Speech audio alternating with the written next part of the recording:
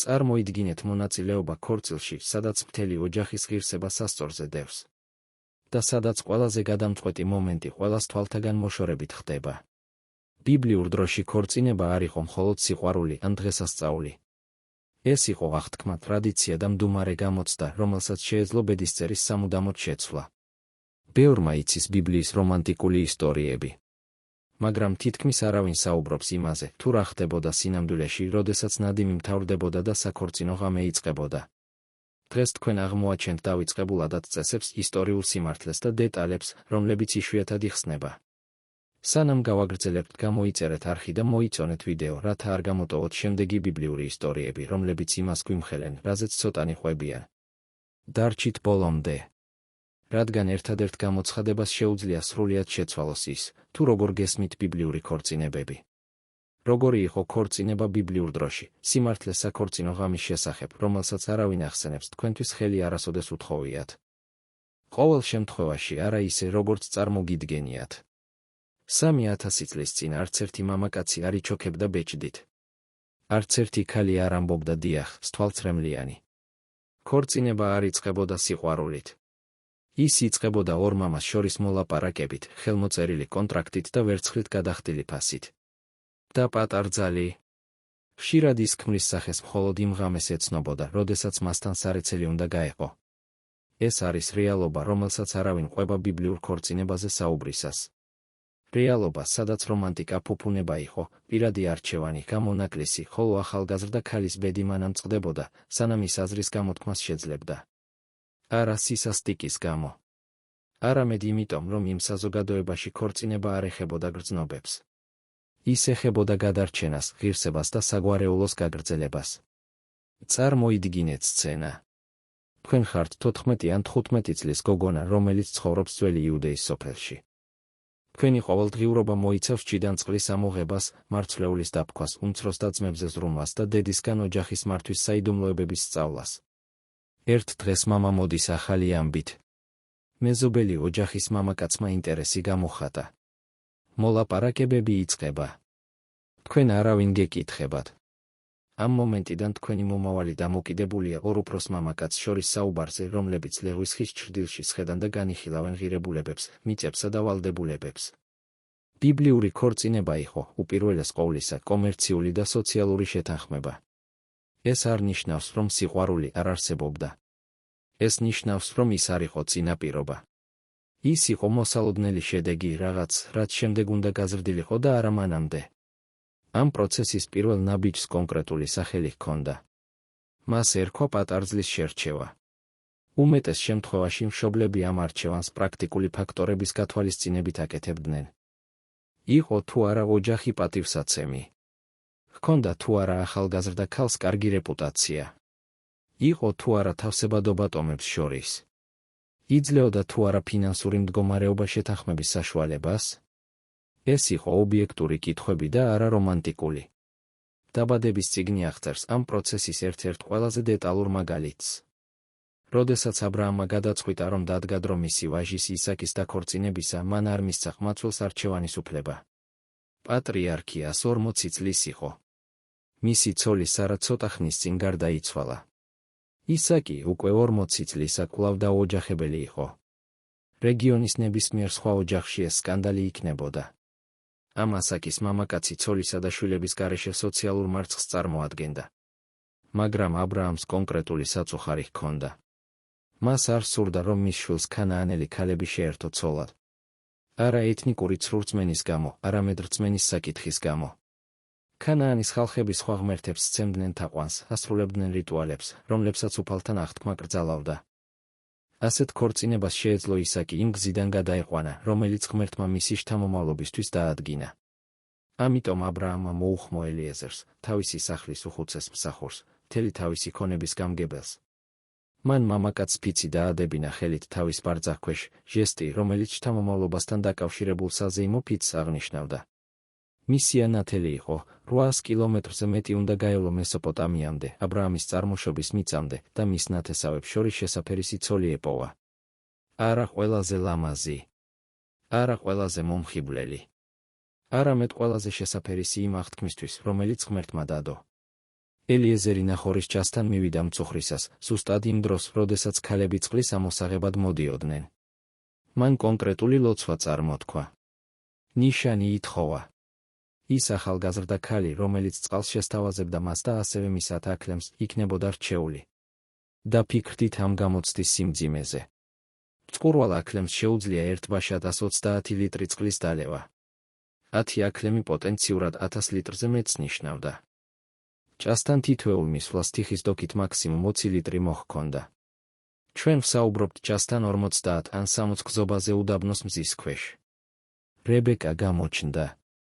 ისე რომ არ იცოდა, რომ მას აკვირდებოდნენ, მან წყალი შესთავაზა უცხოელს და შემდეგ თქვა ზუსტად ის სიტყვები, რომლებსაც ელიეზერი ელოდა, შენს აკლემებსაც დავალევინებ. მსახური ჩუმად იყო და აკვირდებოდა. ახალგაზრდა ქალი მანამ შრომობდა, სანამ ყველა ცხოველი არ დაკმაყოფილდა. ეს არ იყო მხოლოდ სტუმართმოყვარეობა.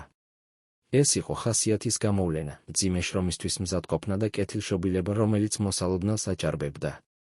იმავე ღამეს ელიეზერი ბეთუელის, რებეკას მამის სახლში მივიდა. საჩუქრები იქნა შეთავაზებული. ოჯახს ხელში ჩაუდეს ოქროს სამკაულები, რომლებიც დაახლოებით 9 კილოგრამს იწონიდა. წინადადება წარდგენილი იქნა.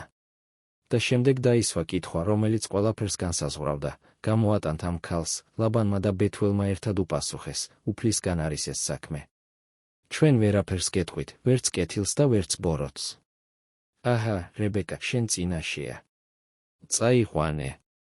დააკვირდით, რომ რებეკას აზრი მხოლოდ ამის შემდეგ იკითხეს. და მაშინაც კითხვა არ ყოფილა იმაზე, სურდა თუ არა ისაგზე დაქორწინება. კითხვა იყო, მზად იყო თუ არა დაუყოვნებლივ წასასვლელად, თუ კიდევ 10 დღე დარჩენას ამჯობინებდა. მთავარი გადაწყვეტილება უკვე სხვების მიერ იყო მიღებული. ეს შეიძლება ჩაგრულობად მოეჩვენოს თანამედროვე სტანდარტებს. მაგრამ იმ კულტურაში ეს დაცვის სისტემად მუშაობდა. მარტოხელა ახალგაზრდა ქალს არ შეეძლო შეეფასებინა, შეასრულებდა თუ არა პრეტენდენტი თავის დაპირებებს. მამას გამოცდილებითა და კავშირებით შეეძლო გამოეკვლია სიძის ოჯახის რეპუტაცია, შეემოწმებინა მისი რჩენის უნარი და უზრუნველეყო სამართლიანი პირობები საქორწინო კონტრაქტში. და კონტრაქტი იყო საკვანძო სიტყვა. განსხვავებით იმისგან, რასაც ბევრი წარმოიდგენს, ქორწინება ბიბლიურ სამყაროში არ იყო მხოლოდ რელიგიური ცერემონია. ეს იყო იურიდიული დოკუმენტი. არქეოლოგებმა აღმოაჩინეს ასობით საქორწინო კონტრაქტი ძველი ახლო აღმოსავლეთიდან, ზოგიერთი მათგანი 4000 წელზე მეტი ხნისაა. ეს დოკუმენტები აკონკრეტებდა ორივე მხარის ვალდებულებებს, განქორწინების პირობებს, უფლებებს ქონებაზე და ჯარიმებსაც კი შეუსრულებლობისთვის. ამ მოლაპარაკებების ცენტრალური ელემენტი იყო მოჰარი, მოჰარ. ეს ებრაული სიტყვა ხშირად ითარგმნება როგორც მზითვი ან პატარძლის ფასი, მაგრამ არც ერთი თარგმანი სრულად ვერ გადმოსცემს მის მნიშვნელობას. მოჰარი არ იყო გადახდა ისეთ, თითქოს ქალი საქონელი ყოფილიყო. ეს იყო კომპენსაცია მისი ოჯახისთვის მუშახელის დაკარგვის გამო და ასევე გარანტია იმისა, რომ სიძე სერიოზულად ეკიდებოდა ვალდებულებას. დაფიქრდით ეკონომიკურ ლოგიკაზე. ქალიშვილი წლების განმავლობაში ჩადებულ ინვესტიციას წარმოადგენდა. კვება, ტანსაცმელი, საოჯახო უნარების სწავლება. როდესაც ის თხოვდებოდა, მთელი ეს პროდუქტიული შესაძლებლობა სხვა ოჯახში გადადიოდა. მოჰარი აბალანსებდა ამ განტოლებას. ეს იყო იმ ღირებულების აღიარება, რომელსაც ახალგაზრდა ქალი თავის ახალ სახლში შეიტანდა. ღირებულებები იცვლებოდა სოციალური მდგომარეობის მიხედვით. ჩვეულებრივი ოჯახები მოკრძალებულ თანხებზე თანხმდებოდნენ, რაც შესაძლოა რამდენიმე თვის შრომის ეკვივალენტი ყოფილიყო. შეძლებული ოჯახები მნიშვნელოვან ფასებზე საუბრობდნენ ვერცხლით, ოქროთი ან ფარებით. მეფის ასულებისთვის ციფრები შეიძლება ასტრონომიული ყოფილიყო. ღირებულება ძალიან ვარირებდა. როდესაც იაკობს რახელის შერთვა მოუნდა, მას არ ჰქონდა რესურსი ტრადიციული მოჰარის გადასახდელად. ის მამის სახლიდან გაიქცა მას შემდეგ, რაც ესავის კურთხევა მოიპარა. ლაბანის თავისი ბიძის სახლში მივიდა სიტყვასიტყვით არაფრით, გარდა იმ ტანსაცმლისა, რომელიც ეცვა. როგორ უნდა გადაეხადა პატარძლის საფასური ასეთ პირობებში? ამიტომ მან რაღაც სხვა შესთავაზა, 7 წლის შრომა. დაფიქრდით ამ წინადადების სიმძიმეზე. 7 წელი მზის ამოსვლამდე გაღვიძება. 7 წელი ფარებზე ზრუნვა ზამთრის სიცივესა და ზაფხულის მცხუნვარე სიცხეში. 7 წელი ლაბანის მანიპულაციების ატანა. 7 წელი მშობლიური ოჯახისგან შორს. ეს ყველაფერი ერთი ქალისთვის. დაბადების წიგნი აღწერს, რომ ეს წლები მას რამდენიმე დღედ მოეჩვენა იმ სიყვარულის გამო, რომელიც მის მიმართ ჰქონდა. ეს არის ერთ-ერთი ყველაზე რომანტიკული ფრაზა მთელ ბიბლიაში და ის აჩვენებს, რომ სიყვარული შეიძლება არსებობდეს თუნდაც ერთი შეხედვით ცივ სისტემაში. იაკობი არ ყოფილა იძულებული, რომ რახელი ხვარებოდა. მან უბრალოდ შეიყვარა. და ამ სიყვარულმა მძიმე შრომის წლები დრო დააქცია, რომელიც მიფრინავდა. მთელი 7 წელი. როდესაც საბოლოოდ ვადა ამოიწურა, იაკობი მივიდა ლაბანთან, შემისრულდა დრო.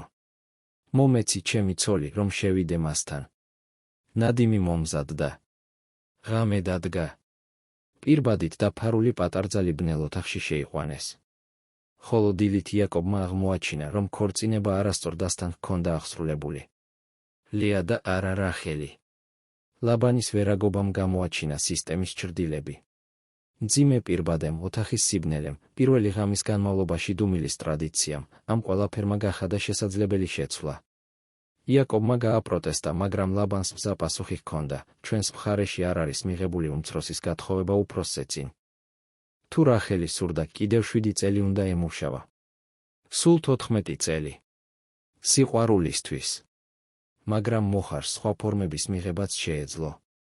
როდესაც საულს სურდა დავითისთვის თავისი ასულის, მიქალის შერთვა გაერთულებინა, მან საზარელი ფასი მოითხოვა, 100 ფილისტიმელის ჩუჩა.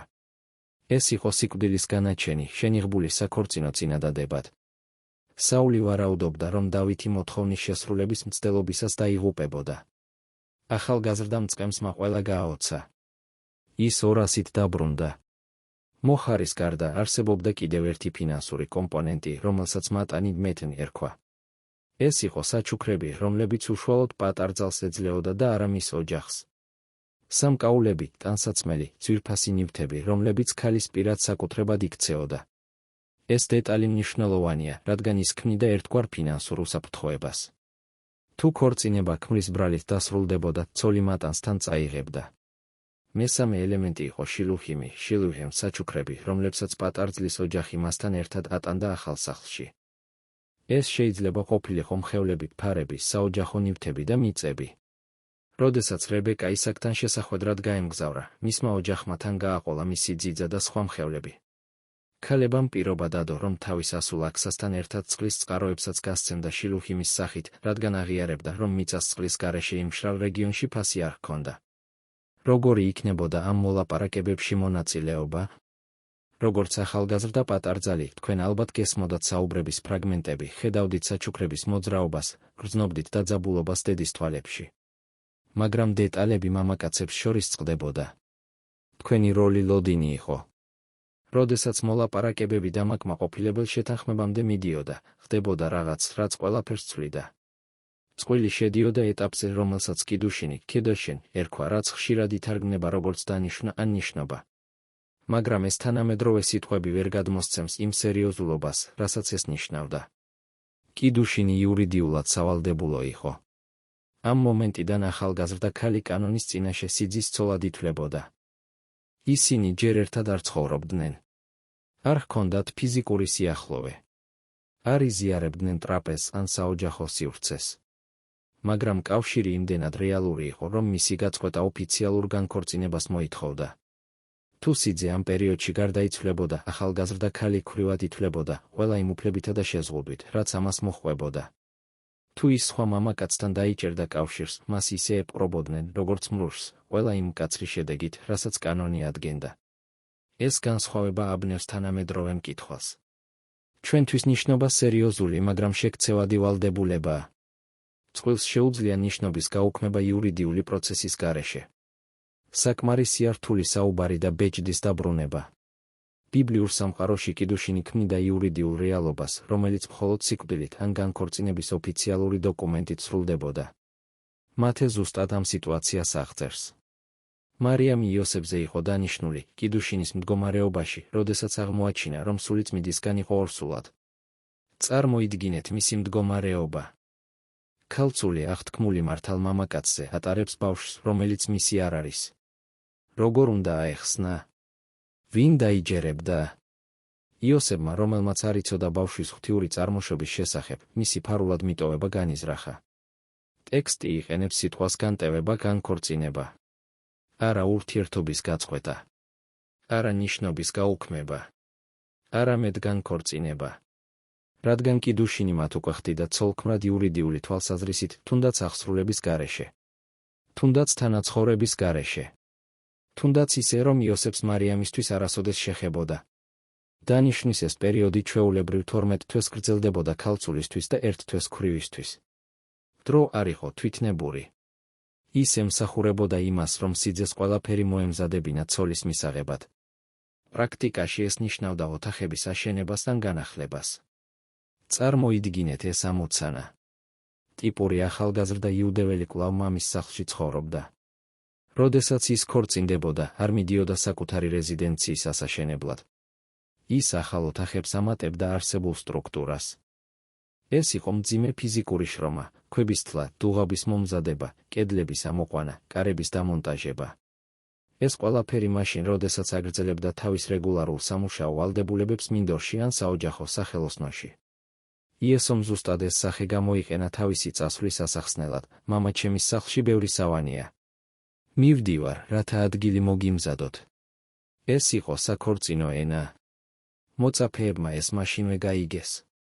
მოძღვარი ამბობდა, რომ მიდიოდა როგორც სიძე, რომელიც სახლს ამზადებს, მაგრამ დაბრუნდებოდა თავისი პატარძლის წასაყვანად. სანამ სიძე მშენებლობაზე მუშაობდა, პატარძალსაც ჰქონდა თავისი პასუხისმგებლობები. ის აგროვებდა მზითებს, ამზადებდა ტანსაცმელს, სწავლობდა რეცეპტებსა და საოჯახო ტექნიკას. მაგრამ უპირველეს ყოვლისა ის ელოდა. და ამ ლოდინს ჰქონდა ერთი მტანჯველი მახასიათებელი. მან ზუსტად არ იცოდა, როდის მოვიდოდა სიძე მის წასაყვანად. ტრადიცია ამბობდა, რომ სიძის მამა წყვეტდა, როდის იყო სამზადისი დასრულებული. ეს შეიძლება ყოფილიყო 10 თვეში. შეიძლება 15-ში. სიძე მუშაობდა, მამა ამოწმებდა და მხოლოდ მაშინ, როდესაც უფროსი გამოაცხადებდა, რომ ყველაფერი მზად იყო, ქორწილი შეიძლებოდა შემდგარიყო. 10 ქალწული სიგავი ახალ მნიშვნელობას იძენს ამ კონტექსტში. 5 გონიერი იყო და ზედმეტზეც ინახავდა ლამპრებისთვის. 5 უგუნური იყო და არ მოემზადა დაგვიანებისთვის. როდესაც საბოლოოდ შუაღამისას გაისმა ძახილი, რომელიც სიძის მოსვლას აუწყებდა, ნახევარი მზად არ აღმოჩნდა. ეს არ იყო ამბის მოსაყოლად გამოგონილი წესები. ეს იყო ზუსტი აღწერა იმისა, თუ როგორ მუშაობდა ქორწინება. როდესაც მამა საბოლოოდ აკურთხებდა სამზადის, დღესასწაული იწყებოდა. და როგორი დღესასწაული. სიძე კრებდა თავის უახლოეს მეგობრებს, რომლებსაც სიძის მეგობრებს ან თანამგზავრებს უწოდებდნენ. იოანე ნათლისმცემელმა ეს გამოთქმა გამოიყენა იესოსთან თავისი ურთიერთობის აღსაწერად.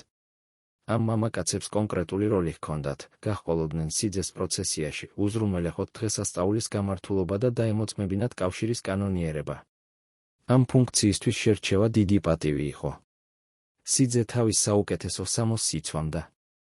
მკვეთრ ფერებში შეღებილი ქსოვილები შესაძლოა ოქროს ძაფით ნაქარგი, თუ ოჯახს რესურსი ჰქონდა. ზოგ შემთხვევაში ის გვირგვინს ან ყვავილების ნულსაც ატარებდა, სიხარულისა და დროებითი მეფობის სიმბოლოს. იმ ღამეს ის საკუთარი დღესასწაულის მეფე იყო. პროცესია მწუხრისას იწყებოდა ჩირაღდნებითა და მუსიკით სოფლის ქუჩებში. სალამურები, დაფდაფები, წინწილები ქმნიდნენ სადღესასწაულო მელოდიას. ხმები მღეროდნენ ტრადიციულ საქორწინო სიმღერებს. შეუძლებელი იყო ამის ვერ შემჩნევა. ხმა ყველას აუწყებდა, ამ ღამით ქორწილია. მეზობლები კარებთან გამოდიოდნენ დასალოცად. ბავშვები მსვლელობას უკან მისდევდნენ. ვინც არ იყო დაპატიჟებული, ისიც კი შორიდან მონაწილეობდა მომენტში. ჯგუფი პატარძლის სახლთან მიდიოდა, რომელიც ასევე თავის საუკეთესო სამოსში იყო გამოწყობილი. სახეზე პირბადე, მეგობრებისა და ნათესავებისგან ნათხოვარი სამკაულები, მკვეთრ ფერებში შეღებილი ტანსაცმელი. მას გარეთ მისი მეგობარი გოგონები აცილებდნენ და შემდეგ გაერთიანებული პროცესია სიძის სახლისკენ მიემართებოდა. წარმოიდგინეთ ეს სცენა. ძველი სოფლის ვიწრო ქუჩები. ქვისა და თიხის კედლები, რომლებიც მუსიკას ეხმიანება. ჩირაღდნები, რომლებიც მოცეკვავე ჩრდილებს ქმნიან. მთელი თემი, რომელიც მონაწილეობს ორი ოჯახის ცხოვრებაში ყველაზე მნიშვნელოვან მომენტში. ბავშვები, რომლებიც მსვლელობასთან ერთად დარბიან. მოხუცები, რომლებიც თავიანთი კარებიდან ლოცავენ. ჰაერი მოლოდინითა და სიხარულით არის გაჯერებული. სიძის სახლში მისვლა ნადიმის დაწყებას ნიშნავდა. და როდესაც ვამბობთ ნადიმს, არ გულისხმობთ 3 საათიან მიღებას ვახშმითა და ტორტით. ბიბლიური ქორწილები დღეების განმავლობაში გრძელდებოდა. 7 დღე იყო სტანდარტი, რომელიც რამდენიმე ტექსტშია ნახსენები. სამსონმა 7 დღიანი ნადიმი გამართა, როდესაც თიმნათელ ფილისტიმელ ქალზე დაქორწინდა. ლაბანმა დაჟინებით მოითხოვა, რომ იაკობს ლეასთან საქორწინო კვირა დაესრულებინა, სანამ რახელს მიიღებდა. ტობია დეუტეროკანონიკურ წიგნში, რომელიც მის სახელს ატარებს, 14 დღის განმავლობაში ზეიმობდა. ამ პერიოდში საჭმელი და სასმელი განუწყვეტლივ მოედინებოდა. ღვინო აუცილებელი იყო, იმდენად აუცილებელი, რომ მისი გამოლევა მასპინძელი ოჯახისთვის მძიმე შეურაცხყოფას წარმოადგენდა. ზუსტად ამ კრიზისმა შექმნა სცენა იესოს პირველი სასწაულისთვის. გალილეის კანაში საქორწინო დღესასწაულის მესამე დღეს ღვინო გათავდა. მარიამმა შეამჩნია პრობლემა და იესოსთან მიიტანა.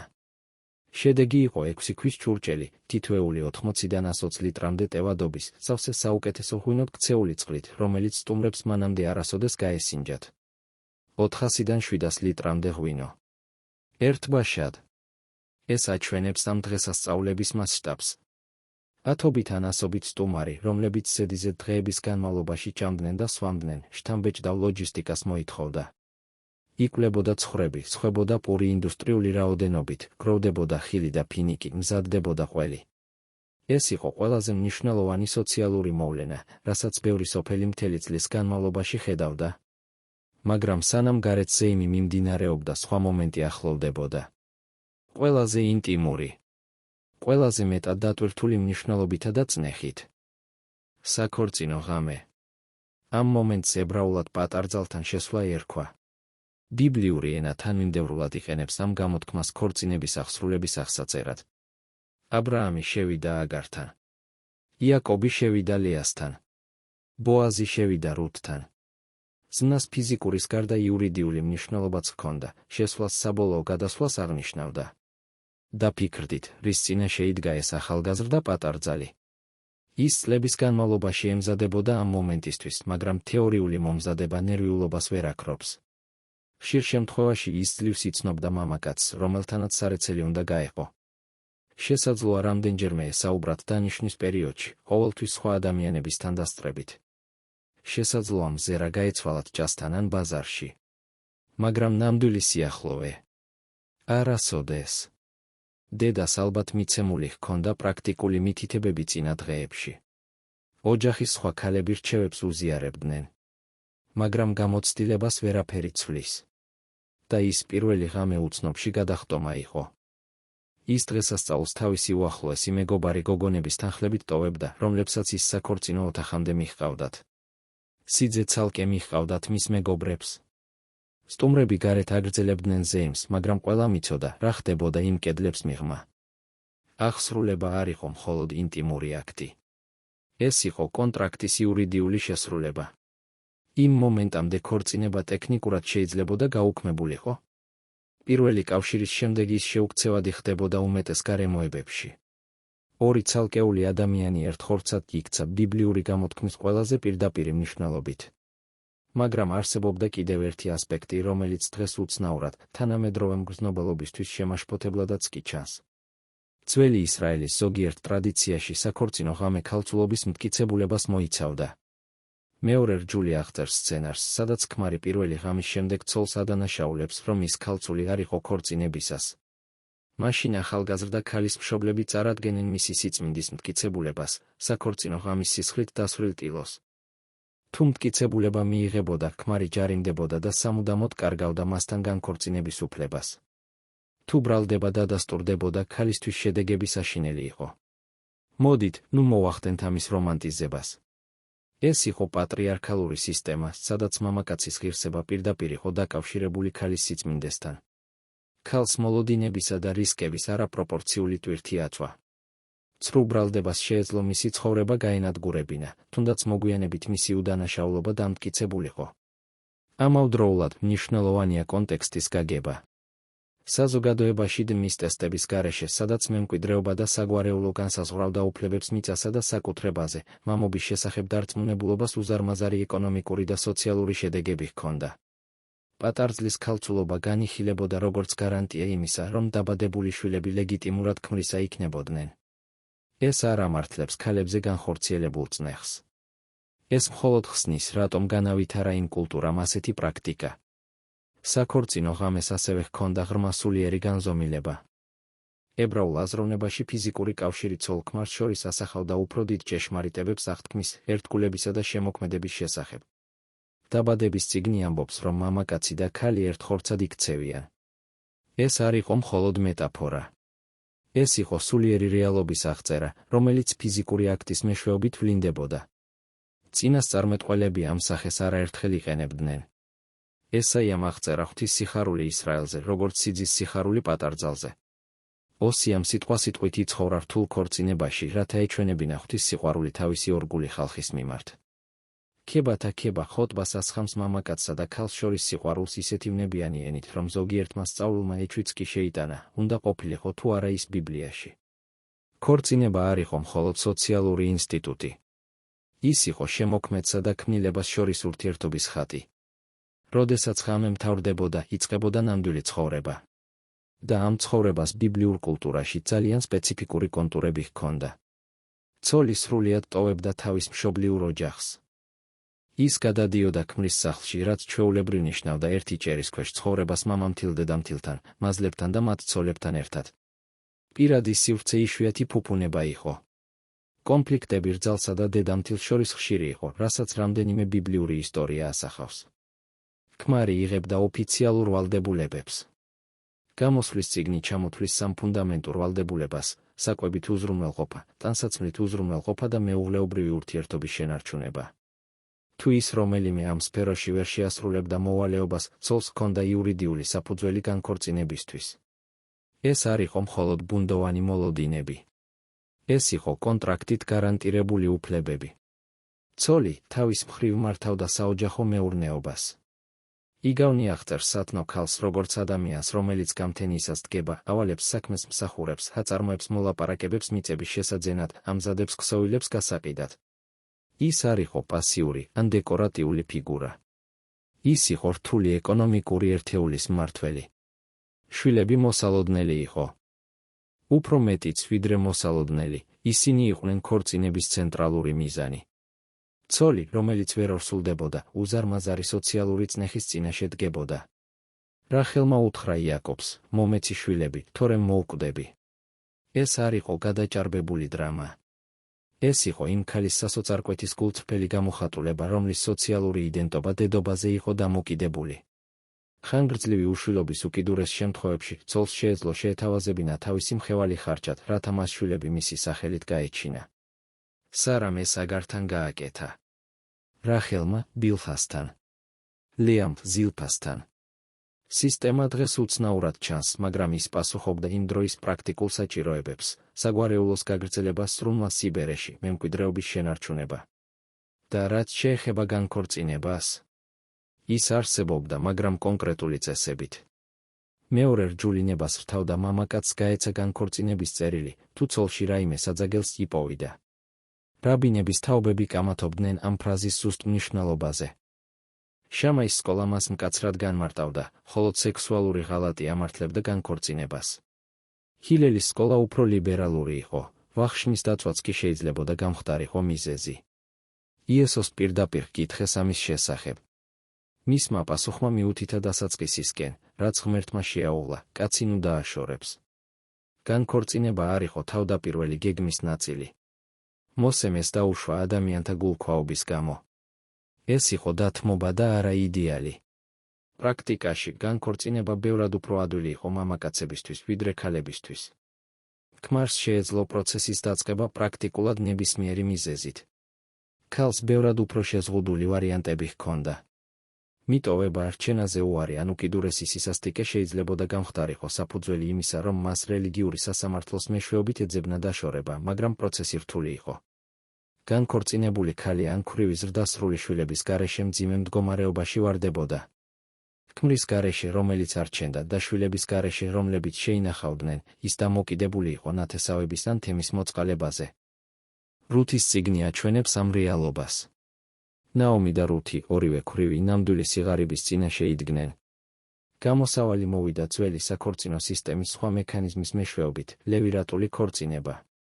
როდესაც მამაკაცი კვდებოდა ისე, რომ შვილები არ რჩებოდა, მის ძმას ჰქონდა ვალდებულება შეერთო ქვრივი და გაეგრძელებინა შთამომავლობა გარდაცვლილი ძმის სახელით. ეს არ იყო არჩევანი. ეს იყო მოვალეობა. პირველი დაბადებული ვაჟი იურიდიულად გარდაცვლილი ძმის შვილად ჩაითვლებოდა, მიიღებდა მის სახელსა და საკუთრებას. ეს ადათი ხსნის თამარის ისტორიას დაბადების წიგნში. დაქორწინებული ერზე, რომელიც უშვილოდ მოკვდა, ის მისცეს ონანს, მის ძმას. როდესაც ონანიც მოკვდა, იუდა დაჰპირდა თავის მესამე ვაჟს, მაგრამ პირობა არ შეასრულა. თამარმა, რომელიც სოციალურ ვაკუუმში აღმოჩნდა, რადიკალურ ზომებს მიმართა თავისი უფლებების დასაცავად. ბიბლიური ქორწინების სისტემა არ იყო მარტივი. ის არ იყო სამართლიანი თანამედროვე სტანდარტებით. მაგრამ მას ჰქონდა თანმიმდევრული შინაგანი ლოგიკა, რომელიც საუკუნეების განმავლობაში განვითარდა კლანებსა და საგვარეულოებზე დაფუძნებული აგრარული საზოგადოების საჭიროებების დასაკმაყოფილებლად. და ამ სისტემის შიგნით რეგულარულად ხდებოდა რაღაც გასაოცარი. სიყვარული. ისაკმა შეიყვარა რებეკა და ნუგეში პოვა დედის სიკვდილის შემდეგ. იაკობმა შეიყვარა რახელი იმ მომენტიდან, როდესაც ის ჩასთან დაინახა. ელკანას ღრმად უყვარდა ანა, მიუხედავად იმისა, რომ ის უშვილო იყო. ქებათა ქება ახსავსია ვნებით ორ მიჯნურს შორის, რა მშვენიერი ხარ, ჩემო საყვარელო, რა მშვენიერი ხარ. სიყვარული არ იყო ქორწინების წინაპირობა, მაგრამ ხშირად ის მისი ყველაზე ძვირფასი ნაყოფი ხდებოდა.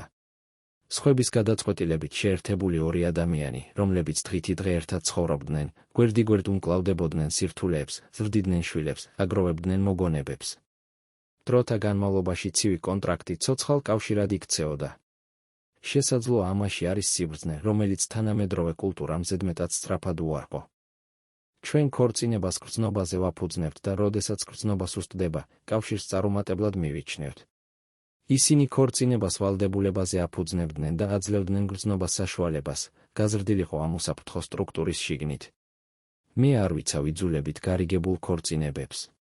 მე აღნიშნავ, რომ აშენებული სიყვარული შეიძლება ისეთივე რეალური იყოს, როგორც მყისიერი სიყვარული. ხანდახან უფრო გამძლეც. ბიბლიურ ქორწინებას ასევე ჰქონდა კოსმიური წონა. ეს არ იყო მხოლოდ ორი ინდივიდის კავშირი. ეს იყო მონაწილეობა ღვთის შემოქმედებით განზრახვაში. ინაყოფიერად და გამრავლდით იყო კაცობრიობისთვის მიცემული პირველი ბრძანება. ქორწინება იყო კონტექსტი, სადაც ეს ბრძანება სრულდებოდა. თითოეული ახალი ოჯახი აღთქმის გაგრძელებას წარმოადგენდა. აბრაამის შვილები გახდებოდნენ მრავალრიცხოვანიერი, როგორც ცის ვარსკვლავები. დავითის საგვარეულო საბოლოოდ შობდა მესიას. კონკრეტულ ქორწინებებს თავისი ადგილი ჰქონდა გამოსყიდვის დიდ გეგმაში. ამიტომ ბიბლია აღრიცხავს გენეალოგიებს, რომლებიც მოსაწყენი ეჩვენება თანამედროვე მკითხველს. თითოეული სახელი წარმოადგენს ქორწინებას. თითოეული ქორწინება წარმოადგენს უწყვეტობას. ხსნის ისტორია ოჯახების მეშვეობით მიიწევს წინ. და როდესაც ახალ აღთქმას სურს ახსნას ურთიერთობა ქრისტესა და ეკლესიას შორის, რომელ სახეს ირჩევს? ქორწინებას. პავლეს წერს ეფესელებს, ქმრებო, გიყვარდეთ თქვენი ცოლები, როგორც ქრისტემ შეიყვარა ეკლესია და თავი გასწირა მისთვის. ურთიერთობა ღვთიურ სიძესა და გამოსყიდულ პატარძალს შორის ხდება მოდელი ყოველი ადამიანური ქორწინებისთვის. გამოცხადება კულმინაციას აღწევს კრავის საქორწინო ნადიმით. კრავი პოულობს თავის პატარძალს. აღთქმა სრულდება. რაც დაიწყო ედემში ერთი მამაკაცითა და ერთი ქალით, მთავრდება ახალი იერუსალიმში მარადიული ზეიმით. ათასობით წელი გავიდა. პერგამენტის კონტრაქტები რეესტრის მოწმობებად იქცა. მოხარე ოქროს ბეჭდად იქცა. ჩირაღდნებით მსვლელობა ეკლესიაში შესვლად იქცა საქორწინო მარშის თანხლებით. მაგრამ რაღაც ხელუხლებელი დარჩა. იდეა, რომ ქორწინება არ არის მხოლოდ ორგულზე, არამედ აღთქმაზე რაღაც უფრო დიდის წინაშე. როდესაც იესომ თავისი პირველი საჯარო გამოჩენისთვის კანას ქორწილი აირჩია, ეს არ ყოფილა შემთხვევითობა. ის ამბობდა, რომ კავშირი მამაკაცსა და ქალს შორის ატარებს მარადიულ წონას. ის თავისი თანდასწრებით აკურთხებდა ინსტიტუტს, რომელიც იქნებოდა ხატი მისივე სიყვარულისა კაცობრიობის მიმართ. დღეს თქვენ შეგიძლიათ დაქორწინდეთ სიყვარულით, აირჩიოთ მეუღლე, დაგეგმოთ ცერემონიის თითოეული დეტალი. წესები შეიცვალა. მოლოდინები შეიცვალა. წნეხი ქალწულობასა და სიწმინდეზე ბევრ კულტურაში შემცირდა. ქალებმა მოიპოვეს უფლებები, რომლებსაც მათი წინაპრები ვერც კი წარმოიდგენდნენ. მაგრამ მოწვევა იგივე რჩება, რაც 3000 წლეულის წინ იუდეის ბორცვებზე ისმოდა, მიატოვოს კაცმა მამა და დედა, მიეკრას თავის ცოლს და იყვნენ ორნივე ერთ ხორცს. არა როგორც ოჯახების მიერ თავს მოხვეული ვალდებულება, არამედ როგორც არჩეული აღთქმა ღვთისა და თემის წინაშე. ბიბლიური ქორწინება თავისი ყველა უცნაური პრაქტიკით თანამედროვე თვალისთვის გვასწავლის იმას, რაც შესაძლოა დავივიწყეთ.